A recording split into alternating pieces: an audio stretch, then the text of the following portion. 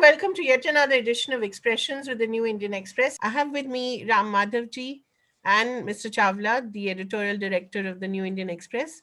Mr. Madhav's new book, Because India Comes First, is a remarkable collection of essays which looks at India's position in the world, which looks at our foreign policy, which looks at the way forward for India in the globe.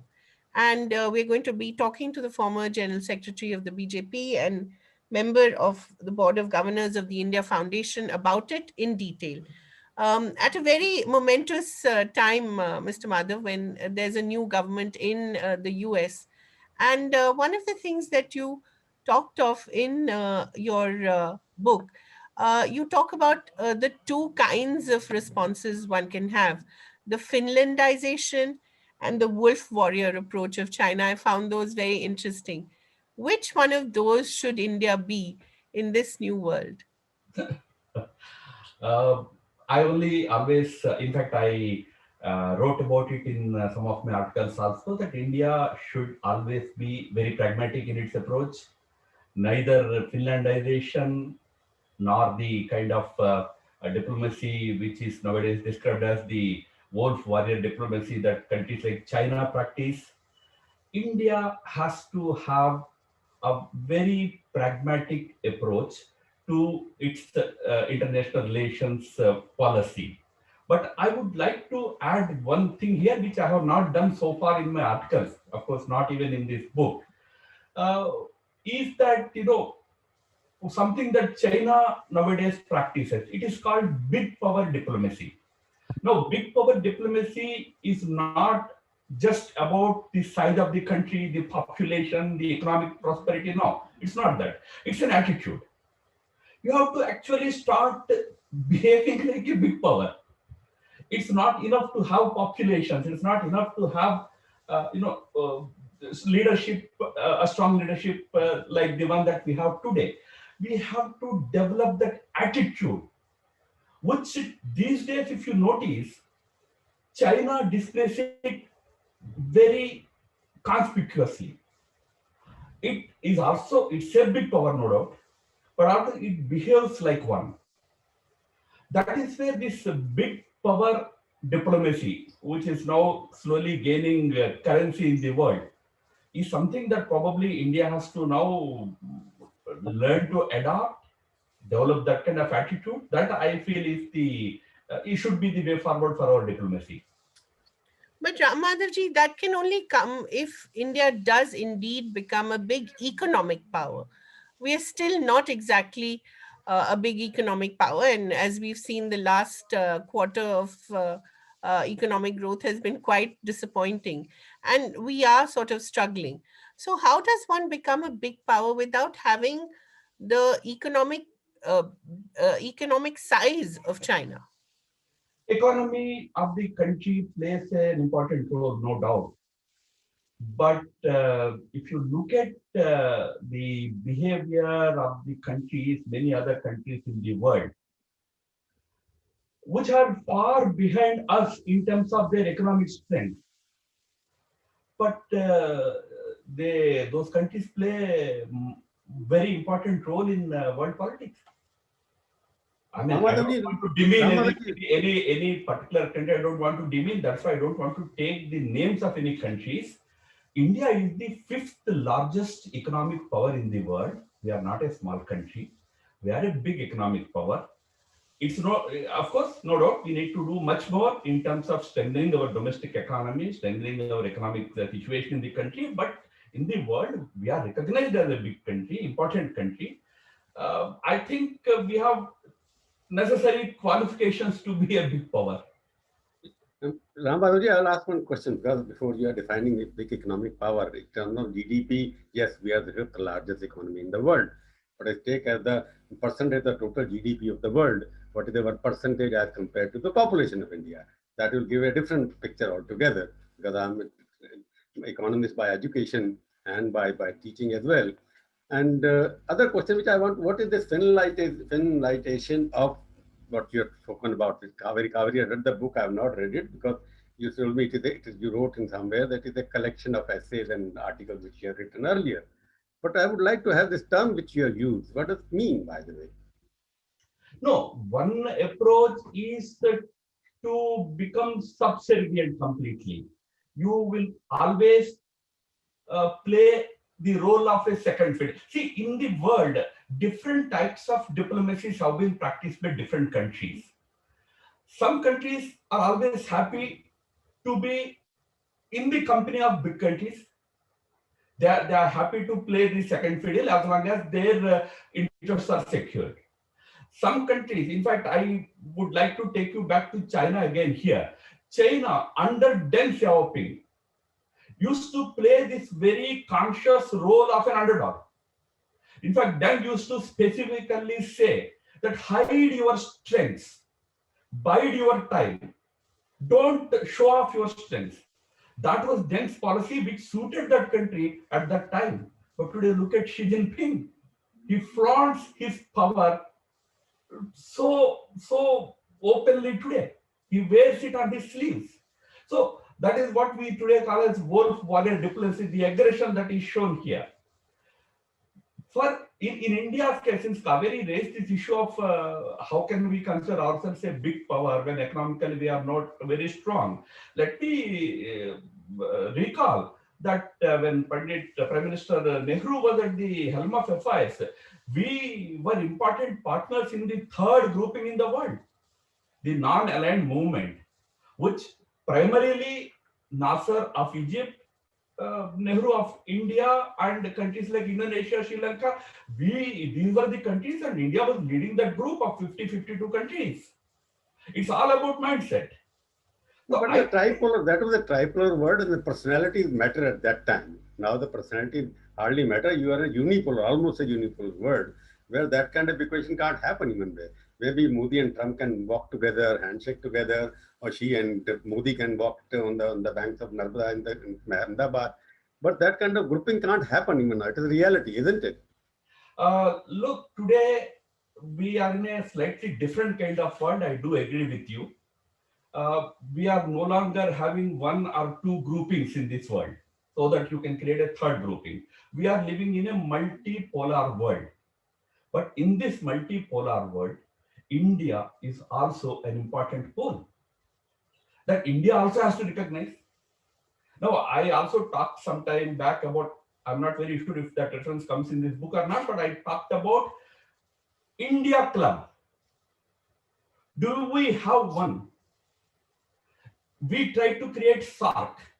SARC was essentially an India club led by India. It's another matter. Because of certain neighborhood constraints, we could not take it forward too much. Then we upgraded it to become BIMSTEC. BIMSTEC could have been a good platform where India would have played an important role. Even now, there is a huge opportunity awaiting for India in the Indian Ocean region, in the Indo-Pacific region.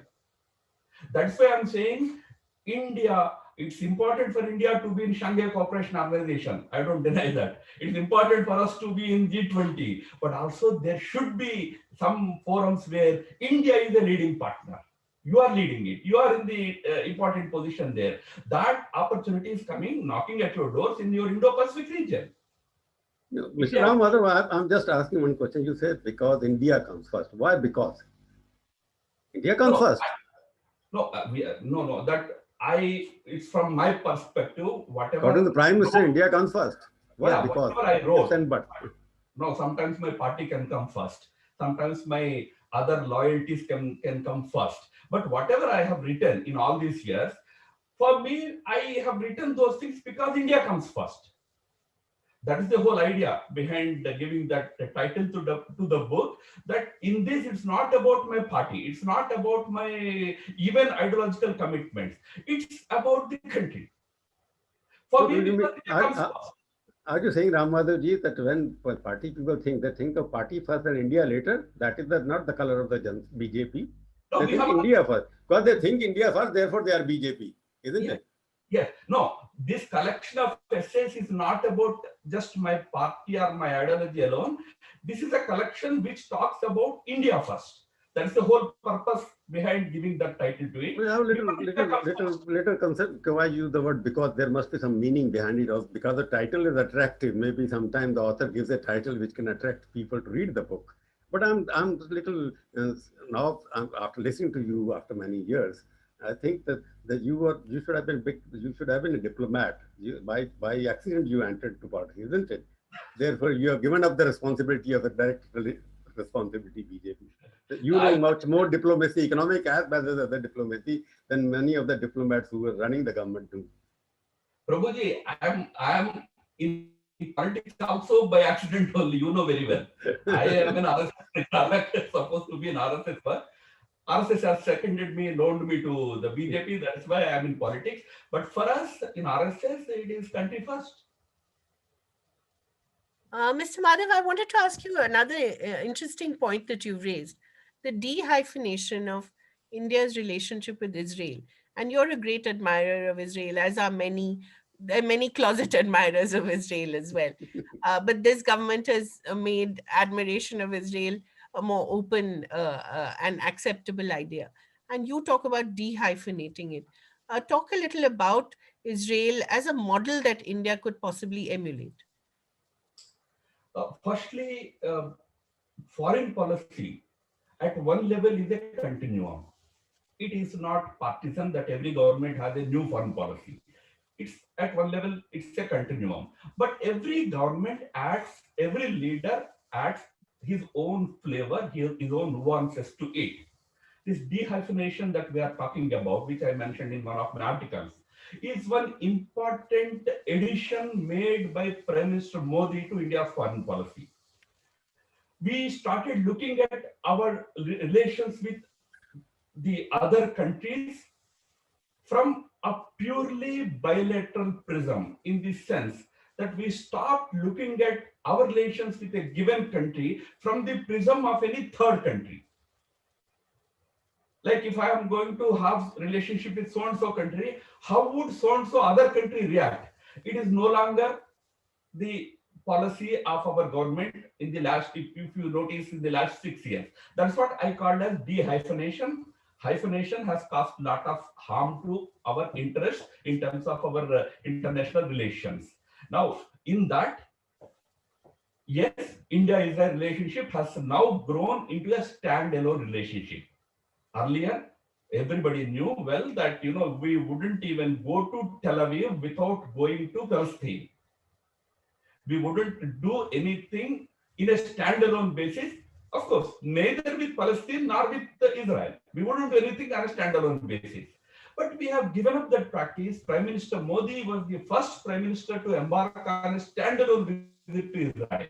Now, India and Israel, right from the time of the PB Narasimha Rao government, when we established formal diplomatic relations, have developed strong trade ties on a bilateral basis. We have huge technological support coming from Israel in areas like agriculture and information technology areas, artificial intelligence, surveillance. In all these areas, we get a lot of support from Israel. It's a very high-tech, in fact, Israel's one description is it's a startup nation. See, the startups of Israel are of great advantage to India, and we have built that relationship over the last 2 decades. But Prime Minister Modi has given a new impetus to this relationship, which is one of the important bilateral relationships today, especially in terms of defense technologies, surveillance technologies, IT, and agriculture. In these areas, India and Israel enjoy very strong relationships. Beyond that, two countries, two politics. At the United Nations, we have supported Israel on some occasions, but we stood by our age-old position of supporting the cause of the Palestine also on many occasions. But sir, the West doesn't necessarily follow that when it looks at India, especially the US, when it looks at India and Pakistan. And perhaps the Biden-Harris administration will revert to that hyphenated relationship between India and Pakistan. Do you fear that? No, in fact, because of Prime Minister Modi's efforts, even America has changed its practice. I remember very well when Hillary Clinton came to India in 2011 as Secretary of State. She had to necessarily go to Islamabad. So it was decided that she would do a few hours stop over there. That used Exactly. to be practice. But remember, President Trump came, he went to many other countries. Yeah. So things are changing. The emphasis that we are putting on standalone relationships with countries is now being appreciated by many countries in the world. But do you feel that? Sorry, go ahead, Mr. Chawla. No, I was asking you because you are talking about India as a powerful country. India led forum should be there, grouping should be there. If you look at the neighbors now, during the past couple of years, these relations are quite tough these days. It is, I won't say that you can lead even Nepal. Forget about it. Because now your army chief is going, everybody's going there. Your Burma relationship, I don't know where you stand. In terms of Bangladesh, there's a problem there. Sri Lanka, you have a problem. Pakistan, of course, is not a new problem. So what do you think that you are still not able to have good relationship where neighbors support you in the grouping which you are referring to? Why this relationship has soured over the past couple of years, if at all you agree with it? No, it's a very important question, Prabhuji. I do appreciate the concerns that you expressed in your question. You see, in this region, which is I consider India's eastern neighborhood, the Indo-Pacific region, as the most important region for the entire world for the 21st century. Now, in this region, there are two rising big powers. One is India, the other one is China. Now, whether we like it or not, there is an inherent competition in between these two countries. It is the reality. Here, because of this competition, the kind of challenges that you talked about in the neighborhood, those challenges we are facing now. That is why I repeatedly I talked about that big power diplomacy earlier. Now India has to really strategize it in such a manner that its immediate neighborhood becomes more friendly with it. It's friendly. I mean, I'm not saying it's not friendly with us. They are friendly with us. And since you mentioned about countries like Nepal, let me tell you, with Nepal, India has always had hot and cold relationships. If you look at the last 5, 6 decades of the history, there have always been ups and downs. But there is a strong civilizational bond that is our major strength between our two countries. Similarly with Bangladesh, similarly with many other neighborhood countries. So India has to certainly improve these relationships. There are certain challenges. Everybody knows. Nobody can hide them under the carpet, push them under the carpet. But uh, I totally agree with you. That's my pet peeve. India has to think about. Yes, India I has to agree be with you. Ram power Mataji, diplomacy. Kaveri started in the beginning the superpower, economic power, in that you refer to China and India competing in the neighborhood cell. लोग हिंदी में कहते हैं जब आपके पड़ोसी आपके साथ नहीं है बाकी कौन होगा आपके साथ. I'm coming back to the economic power because China has enormous economic power. They are investing almost in 175 countries, and neighbors they have also invested quite a lot. Pakistan, of course, they are taken over economically, but in other countries they are investing a lot which you can't compete. So where will you stand? Because money makes the mayor go. Money talks. You don't have the money to compete with China in terms of investment in Sri Lanka, investment in Maldives, investment in Burma, investment in Bangladesh. How are you going to compete? प्यार से खाना खिलाने से दिवाली की gift देने से तो नहीं होगा ना. International relations, in international relations, economy plays an important role. Nobody denies that fact. But you please remember that it is now globally accepted thing that merely because you have lot of money, you cannot really take over countries. I mean, you cannot simply control the countries. Uh, China has certain distinct advantages. No, nobody denies that. China, as you rightly said, is 4 times bigger in terms of economy compared to India. It's 4 times bigger than us in terms of its economic size of the economy. So it uses that economic muscle also. But I mean, if you look at what is happening for China in the world today, do you know that China has maximum number of countries against it today? You see, Right in the diplomacy, Ram right Madhavji, like last couple of months, right in the last couple of months, it could not get its people elected to several international bodies in the United Nations. So money, finance, it's important, but beyond that also there will be several other factors. you see, You Ram are not Madhavji, buying out countries by using your money. You are helping countries. There are many ways. There are many ways to build relationships, and India also has many strengths. It has to leverage those strengths. no, I agree with you, but the question arises that during the past year, first term of Modi ji, you had political leadership leading the foreign ministry. They were able to know that because leaders talk to the leaders, they don't talk to the babus. But the question arises, you have a foreign secretary who becomes, I'm not saying he's very intelligent, he has done a good fundamental good job.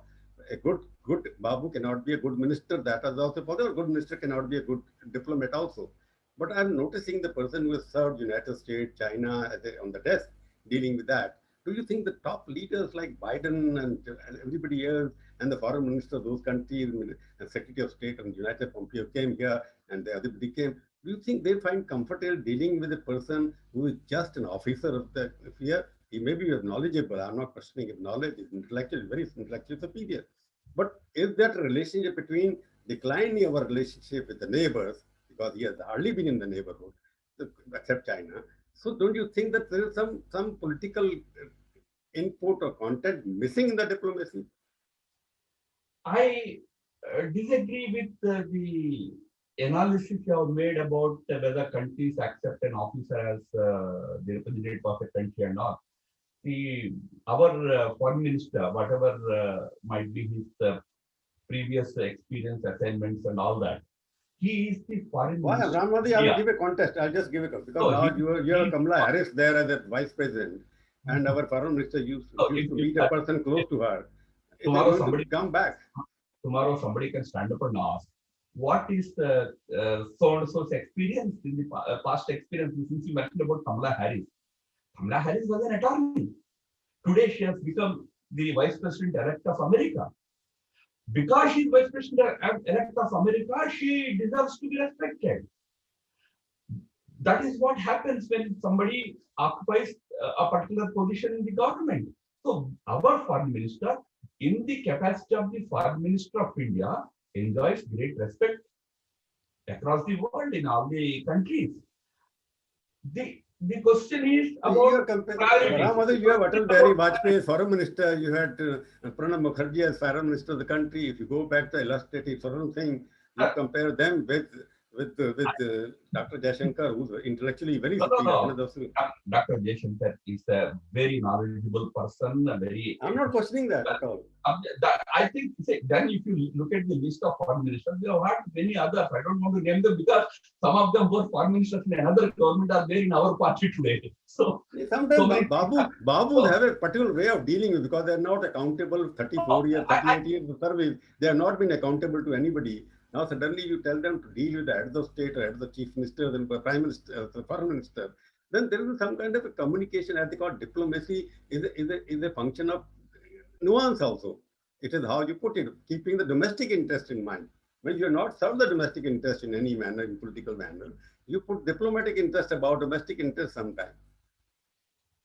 I disagree with that kind of analysis. But tomorrow somebody may stand up and say that somebody prime minister was an RSS pracharak. He has Prime become the Minister has won prime elections and he minister is of the running state, the. prime minister of the country. So each person He's by dealing his with 1 billion caliber, people, not with 500 IFS officers. by his caliber, you have to look at the caliber of the person, but also the position he occupies. Itself gives you a lot of advantage, lot of respect, and all that. So I generally disagree with that kind of person-specific analysis of foreign policy.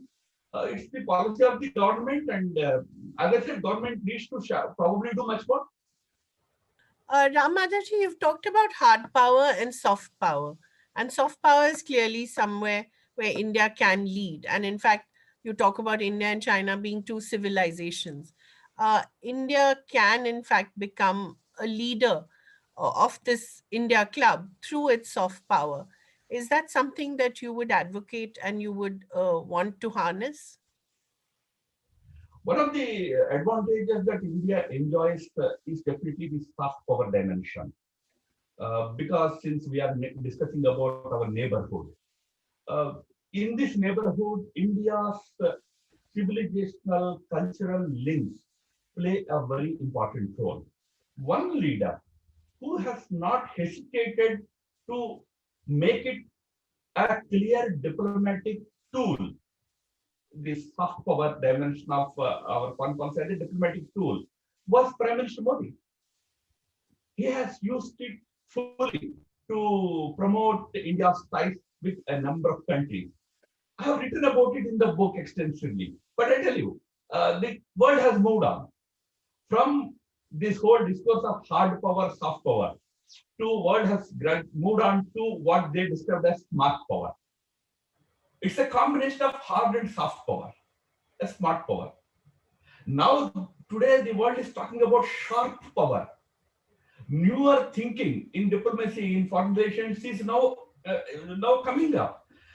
I only want to underscore one point, which is my conviction. Probably some may disagree with me. The influence of soft power has its limitations. Some people have very huge expectations from soft power. If we are a Hindu majority country and some other country in the neighborhood is a Hindu country, it must be with us. It doesn't Now, work. Madhav, Your soft power has also your limitations. let us talk Beyond that, about the current soft power, you need to be a smart power. no, let us talk about the current situation now that because now the polarization has taken place and you have got Vice President Biden becoming the president.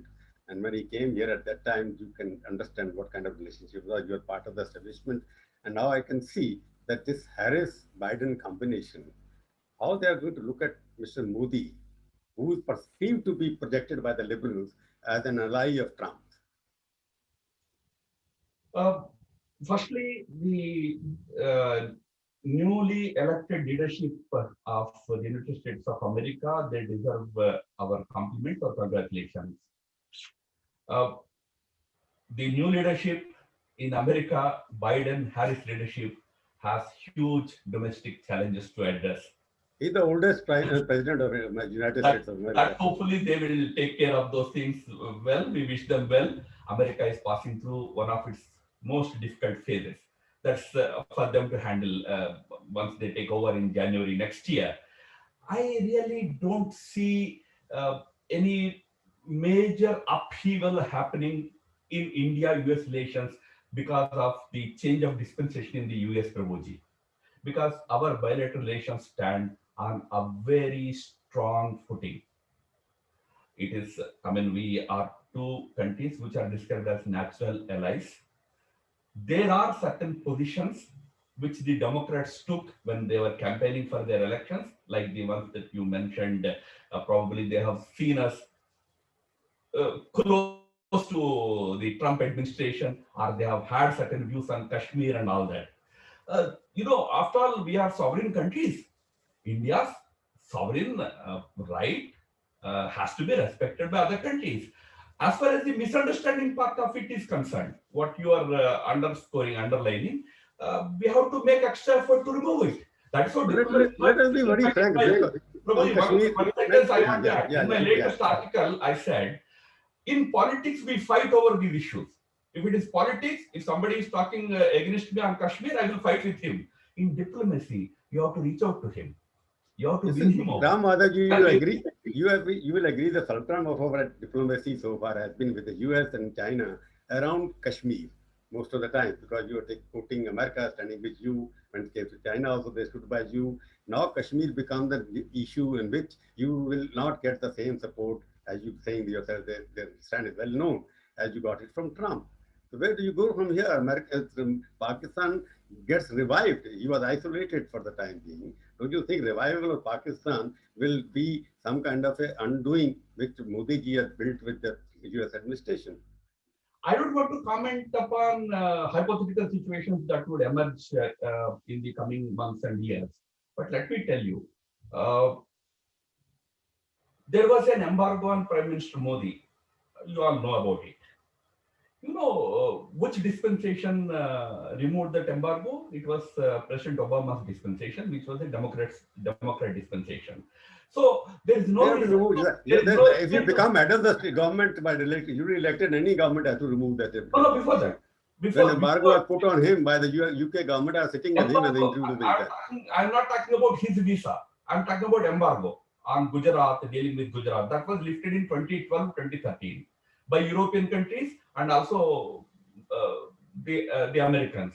So my point is there is no reason to believe that the present government will suddenly, give a lot of support to Pakistan, etc. No, we are also we also know we will certainly protect our sovereign interest, sovereign right. We will stand firmly on that. But we will also diplomatically reach out to them. We will tell them about the reality, ground reality. I tell you, when Obama was at the helm of affairs, we spent 2 years with him. I mean, Prime Minister Modi was here, President Obama was there. We had excellent equation with the Democrats. I don't see any reason why such a relationship cannot be established in the coming years. Another time is short. Let Kaveri ask the last question, which you Yeah, also have. no, just one question, Mr. Chawla, then you can take the last one. Mr. Madhav, you were also very closely involved with the Kashmir policy. And I want to ask you, how do you think the BJP has handled Kashmir? In your time, you also advised them to ally with the PDP. We've seen what has happened now, the abrogation of Article 370. How does it reflect on us globally? What we have done in Kashmir. What do you think?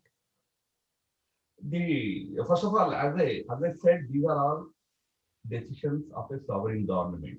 Hmm. We are not taking those decisions to win certain compliments from other countries. They are taking those decisions, keeping India's larger interest in mind. So on that, we are not apologetic about those decisions. As our party always held, those are very important historic, changes that have been affected to the political structure of that state, its integration with the rest of the country, its integration with the constitution of India.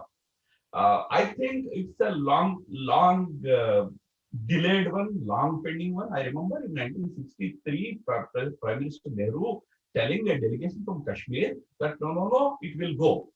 This is what he told in 1963 to a delegation from Kashmir. But it finally happened in 2019.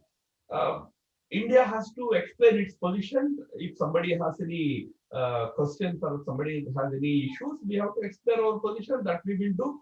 But there is no need to be any defensive or apologetic about our decision, which is well within the sovereign power of our government.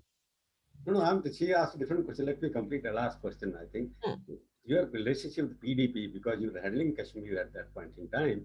The question is, did you misjudge her because you wanted to have some kind of a capture power and show that here is a saffron flag flying in Srinagar now, and that hurry you compromise with certain principles.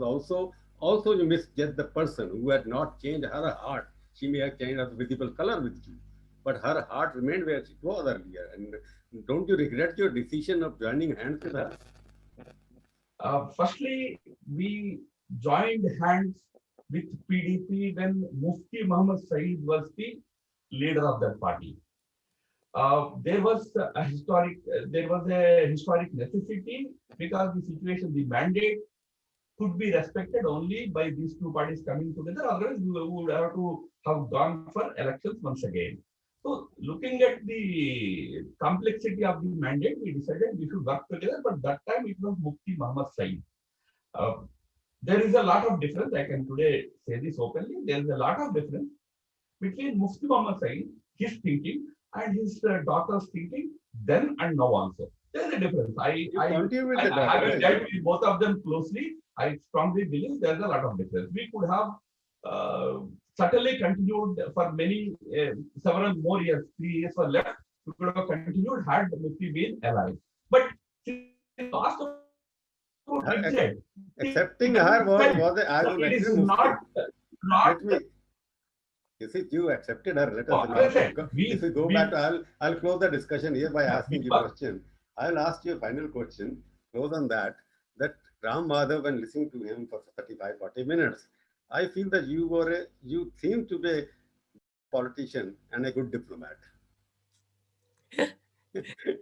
I think we should end with that. I, no, I'm sure he has a response to that. Okay. Mr. Madhav? you want me to respond? You want me to respond? Yes, please do. Yeah, please. Okay. Okay.